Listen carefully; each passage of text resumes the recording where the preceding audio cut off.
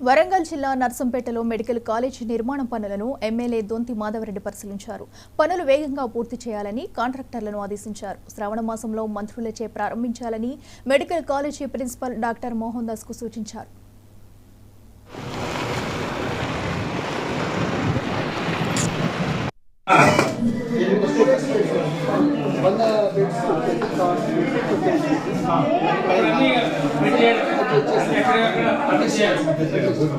Ready ఉన్నాయి sir పిల్లలకి students అయితే రెడీ ఉన్నాయి బెడ్ సైడ్ ఇంజనీర్ సార్ శుభ్రంగా లేదు ఇక్కడ అసలు మళ్ళా మనము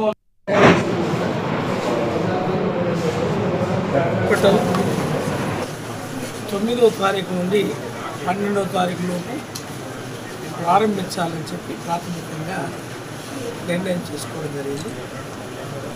ఈ సందర్భంలో వారు కోరుకున్న విధంగా ఏర్పాట్లు సరైనయా లేదా అనేది తెలుసుకునే కొరకు వచ్చాం. మంత్రి గారి సమయం తీసుకొని ఈ హాస్పిటల్ని 9, 10, 11 తారీఖు లోపే ప్రారంభించాలని చెప్పి నిర్ణయం చేయడం జరిగింది. దీంతో పాటు మెడికల్ కాలేజ్ ఏదైతే బిల్డింగ్ దాన్ని కూడా అంటే ఈ మధ్య త్వరలోనే వాళ్ళు ఎస్టిమేట్ తయారు చేస్తూ ఉన్నారు. దాన్ని కూడా త్వరగానే టెండర్ ఏర్పాటు చేసి భవనం ఆలస్యం కాకుండా దాన్ని కూడా త్వరితగతిన ఆ యొక్క బిల్డింగ్ పూర్తి చేయాలనే దాంట్లో ఏర్పాట్లకి జరుగుతూ ఉన్నాయి. దాన్ని కూడా ఆలోచించి అది కనుక ఒక రూపానికి వస్తే ఫౌండేషన్ ఓపెనింగ్ 2 కూడా చేయాలనేది ఇది ప్రాథమికంగా ఈ యొక్క నిర్ణయం చేయడం జరిగింది.